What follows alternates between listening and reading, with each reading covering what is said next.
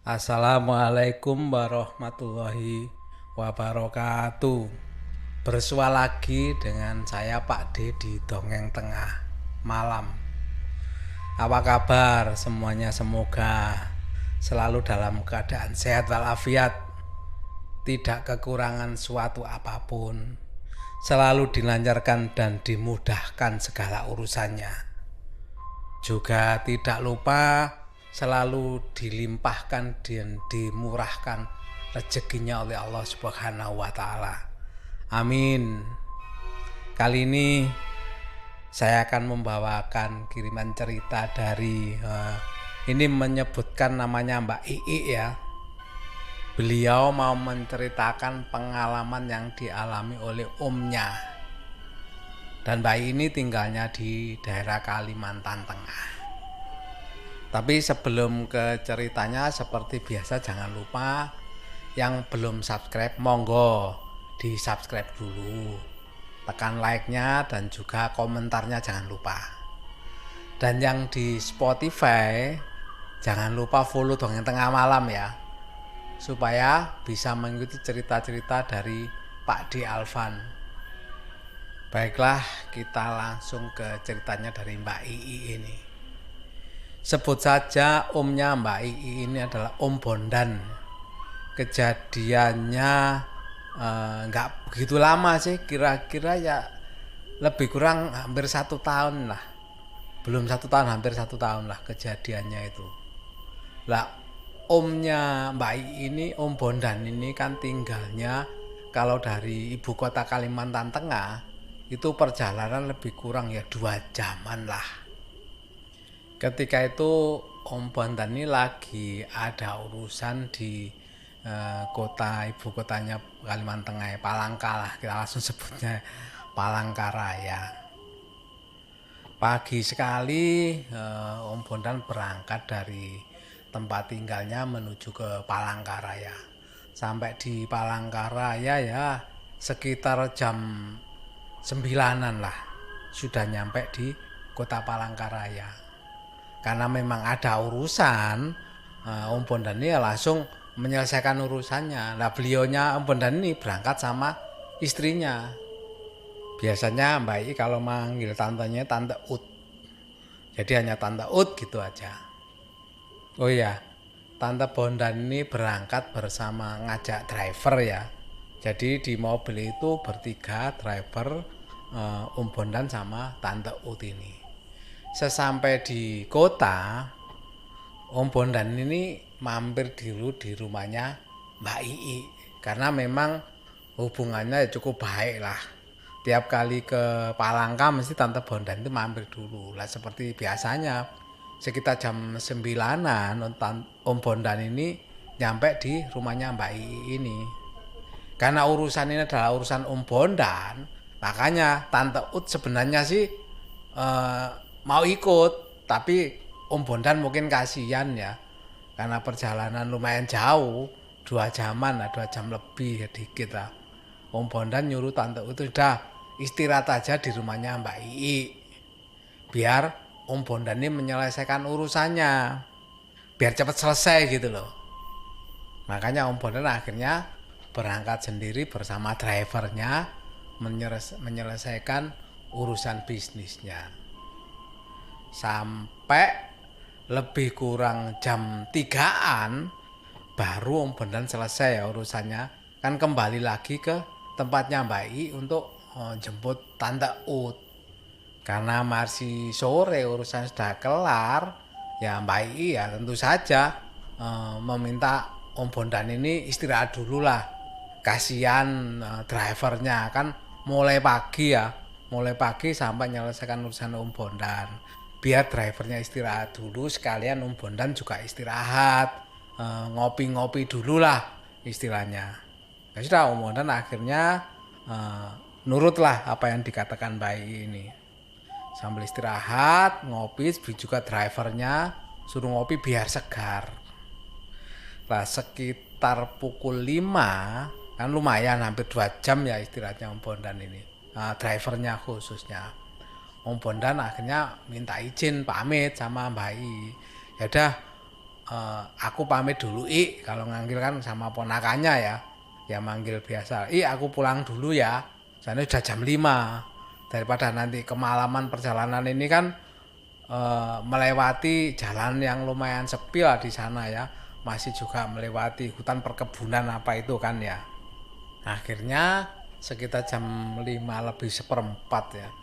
Om Bondan, Tante Ut sama drivernya itu berangkat untuk kembali pulang.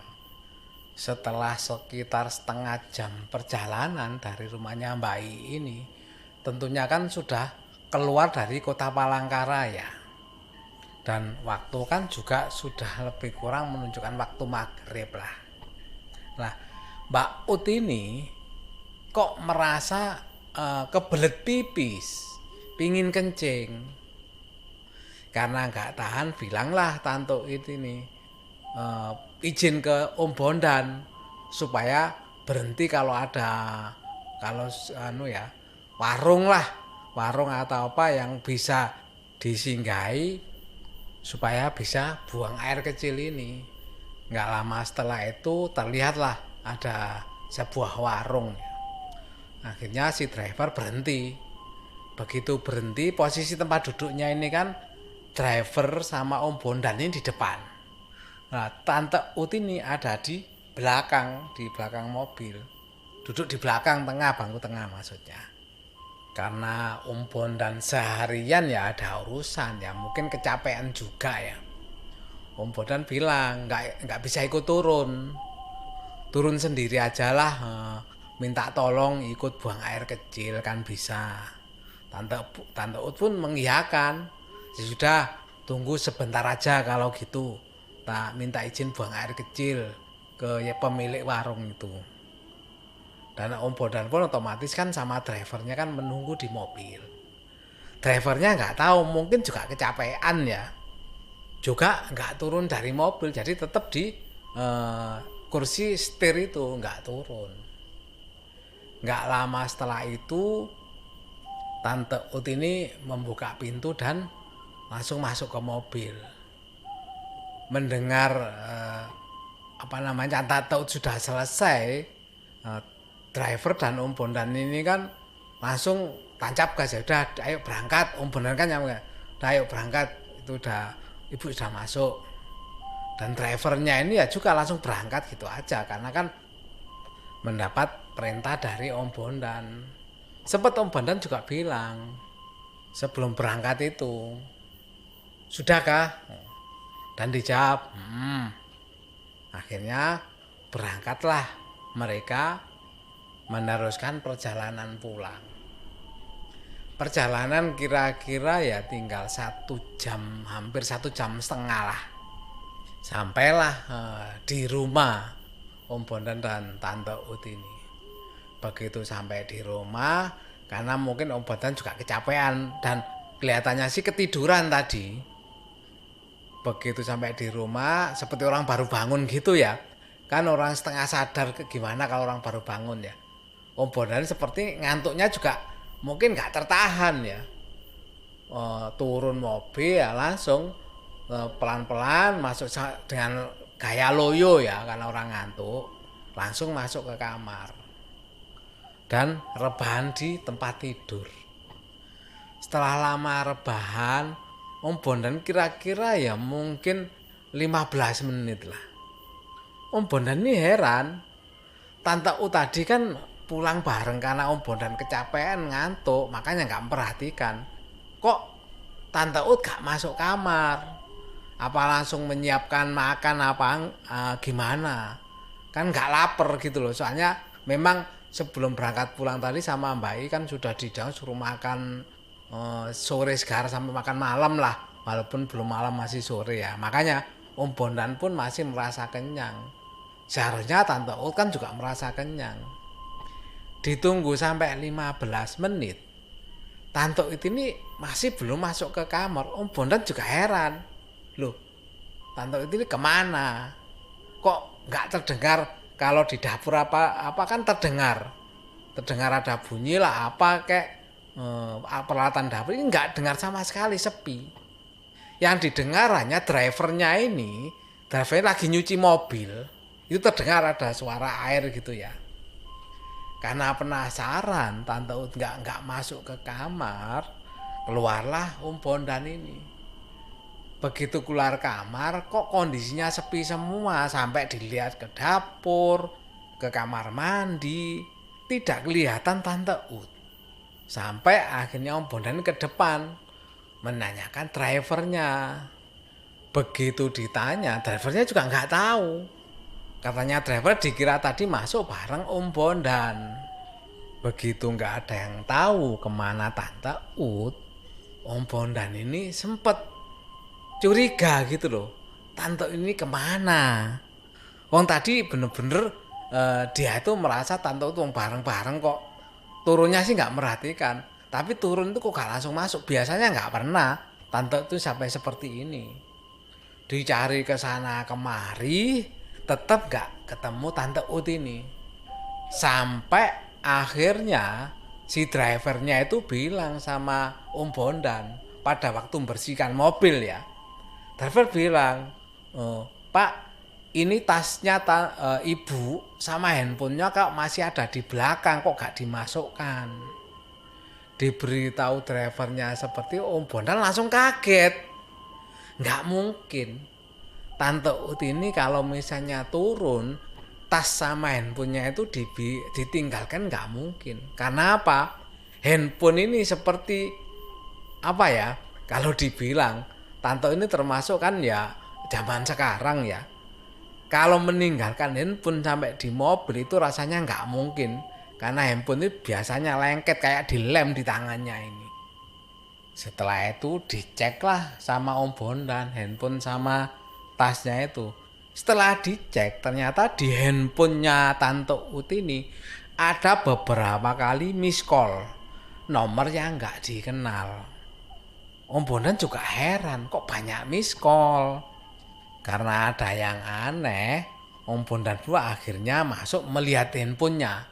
Mau ngelihat handphonenya. Apa yang telepon Tante Ut juga telepon Om Bondan gitu loh. Setelah dicek melihat handphonenya, ternyata handphonenya Om Bondan ini lupa. Kan tadi seharian. Jadi mulai pagi nggak dicas, lagi ada urusan dan pas ada urusan mungkin banyak telepon atau banyak apa ya. Sampai ternyata handphonenya Om Bondan itu mati baterainya. Nggak lama setelah itu, tiba-tiba handphonenya Tante ini bunyi lagi. Tapi ternyata bunyinya handphonenya Tante itu hanya getar aja. Jadi di silent gitu loh handphonenya ternyata.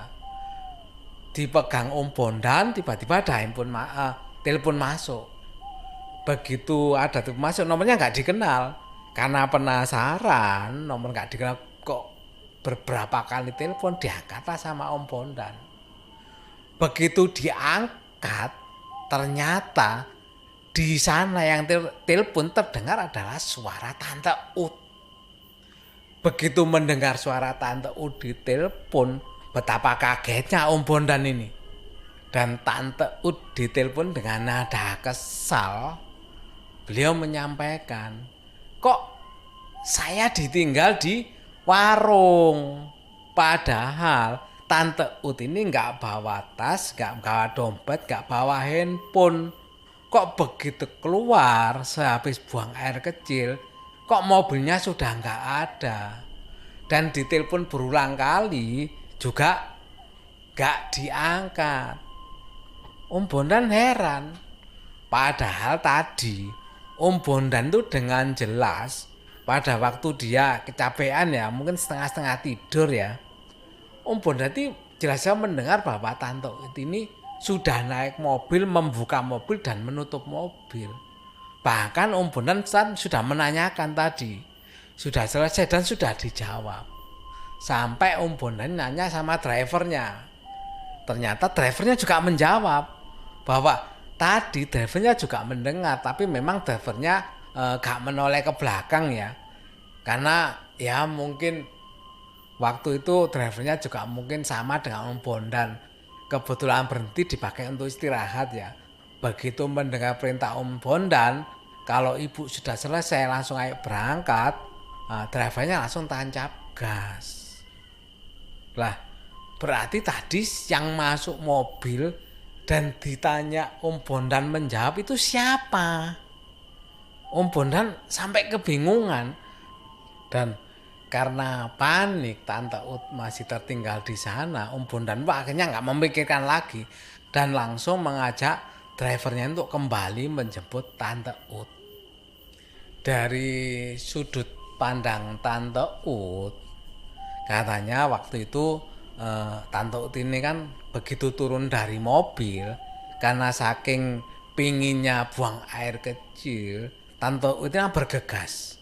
Jadi Tante ini bergegas langsung ke warung tersebut minta izin untuk buang air kecil di situ dan pemilik warung pun mengizinkan. Sebenarnya sih Tante bilang nggak terlalu lama sih beliaunya ke kamar kecil ini.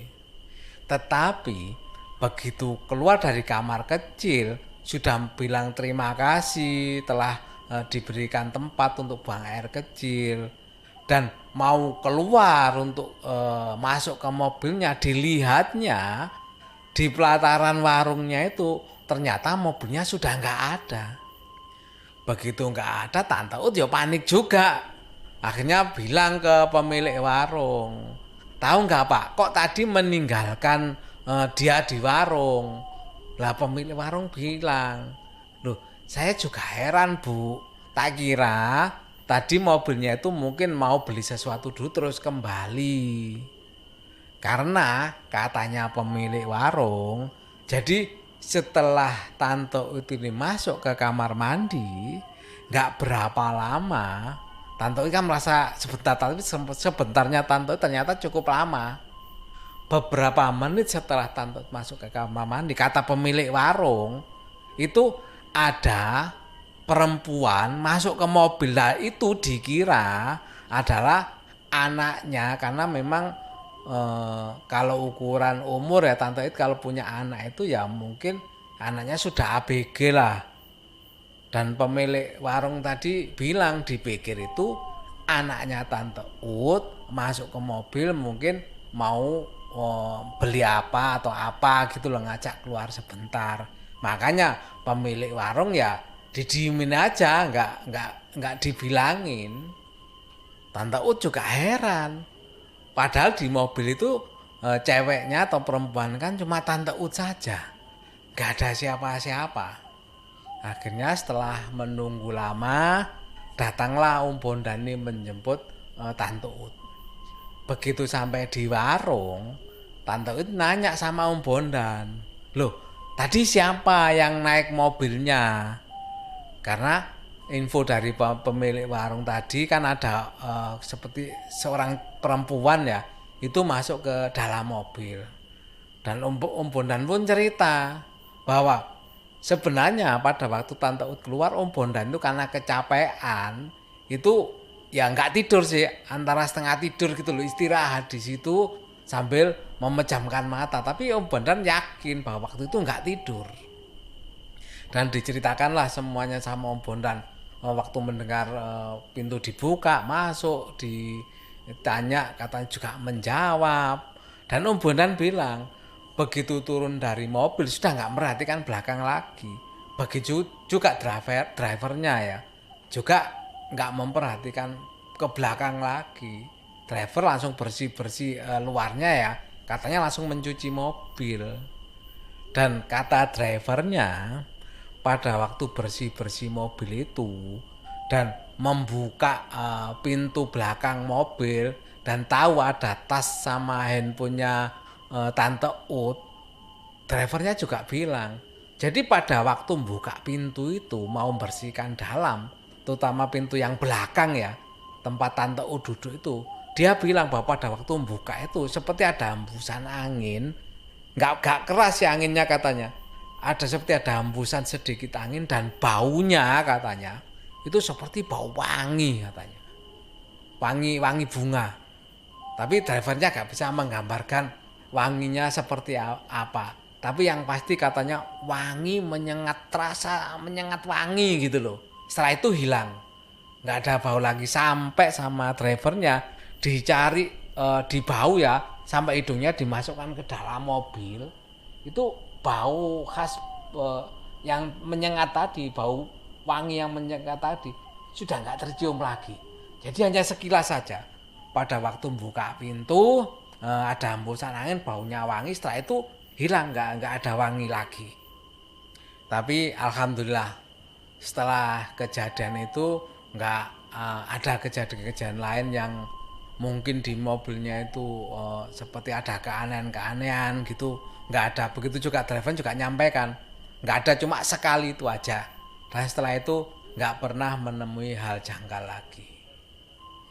Itu tadi cerita dari Mbak Ii ya, mengenai omnya, tantenya yang ditinggal sama omnya ini nggak tahu, baru tahu setelah sampai di rumah.